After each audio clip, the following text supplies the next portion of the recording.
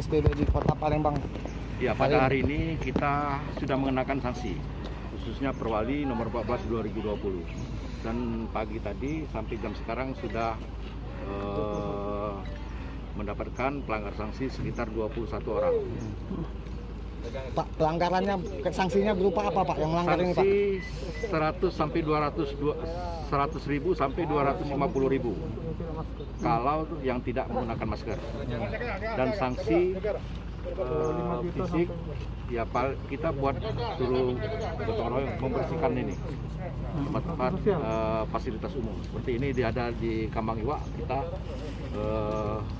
seluruh bersihkan di sini.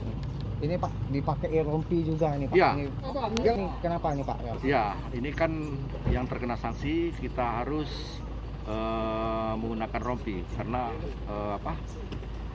salah satu efek jerah daripada masyarakat ini. Pak, ini bisa kena hukuman kurungan juga nggak Pak?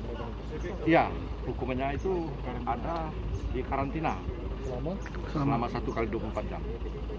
Sanksi administratif juga Pak? Sanksi administrasi 100.000 sampai 250.000 yang tidak menggunakan masker. Pak, kalau mereka berbuat lagi setelah ini, Iya Pak, Iya. ini kan pasti didata Pak kan? Pasti didata. Kita kan ada didata alamat, tinggal di mana misalnya kan bisa kita cek lagi.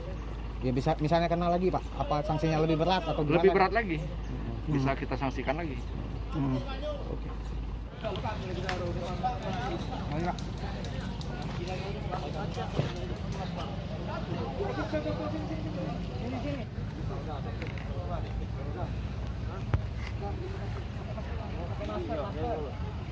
Kamu harus pakai masker.